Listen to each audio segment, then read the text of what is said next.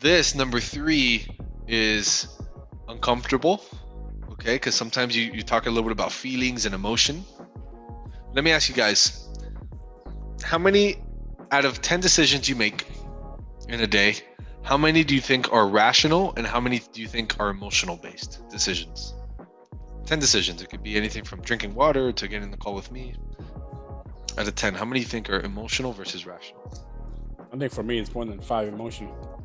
More than 5 emotional. 1 to 5 emotion? Yeah, I would say more, unfortunately, more emotional. Yeah. Then Well, I we have my like to wife, think we're but not rational and we anymore. think it through, but generally you're like, I like that blue part, bro. Yeah. Exactly. So studies show that every single decision is emotional. Every single one. No matter how rational you think it is, there's the emotion in you makes a decision first, then you rationalize after. So when we're talking about getting houses at deep discounts, right? You guys want to make $15,000, $20,000, $30,000, $50,000 on a wholesale fee, or maybe buy a super cheap house as a rental. It starts with number 3. It starts with getting that out of them.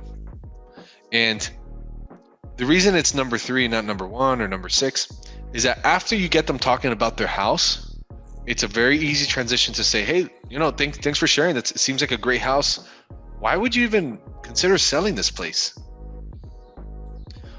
Oh, well, I'm old and I kind of want to retire and the house is too big for me. Oh yeah, I gotcha. Yeah, how's that? Yeah, it's just, whatever, I want to move.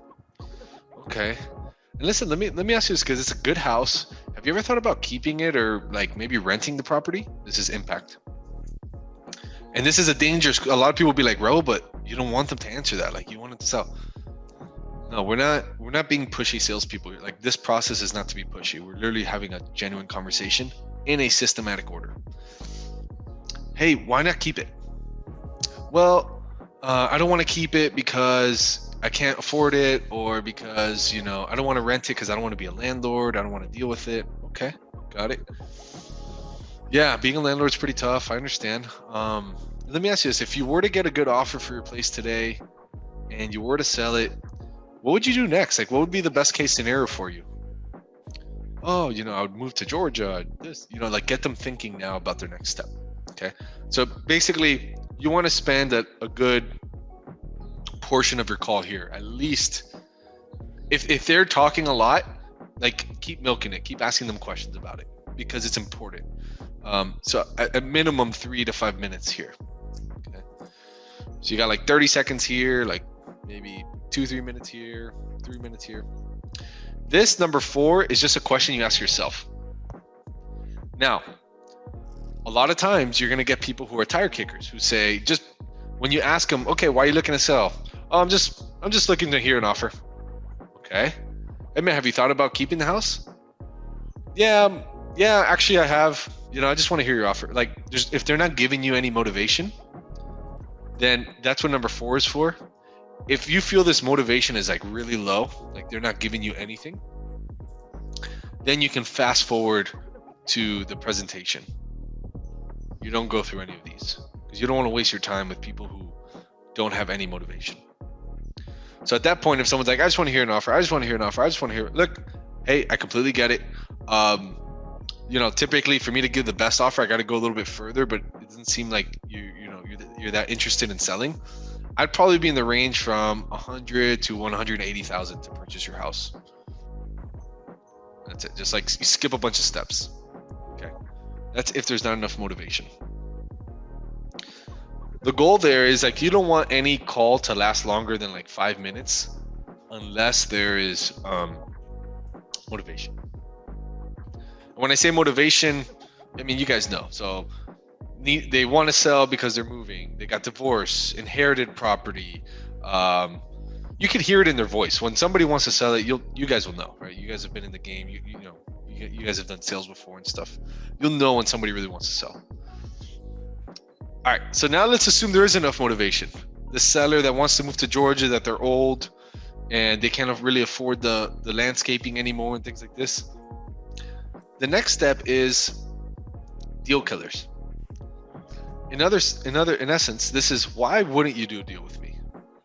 And we don't ask it that way, but the way we break it down, deal killers, into 3 parts. Deal killers is broken down into timeline,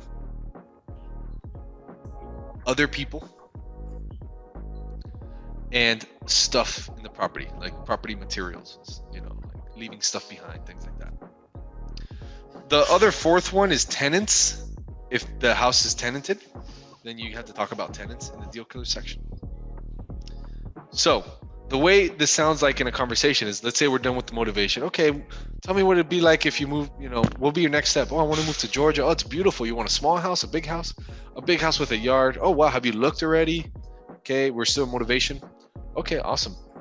Well, look, I mean, it definitely seems like your house would be a good fit for us to make you an offer. It fits our criteria. There's a few things that might get in the way, even if we do come to terms on a number. I would just like to take a quick minute to talk about that. Is that okay? Yeah. Okay, cool. So tell me about the timeline.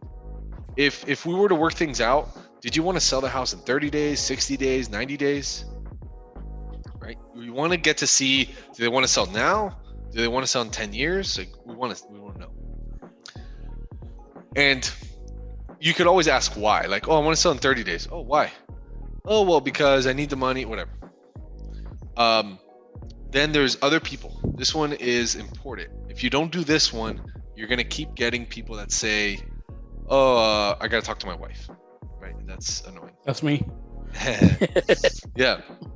So other people is basically, and notice that we're doing this way before the offer. So after timeline, we'll go into other people and say something like, hey, yeah, that makes sense. So let me ask you this. Is there anyone else that would be involved or upset if you made a decision about selling your home without them? And they'll probably say something like, well, what do you mean?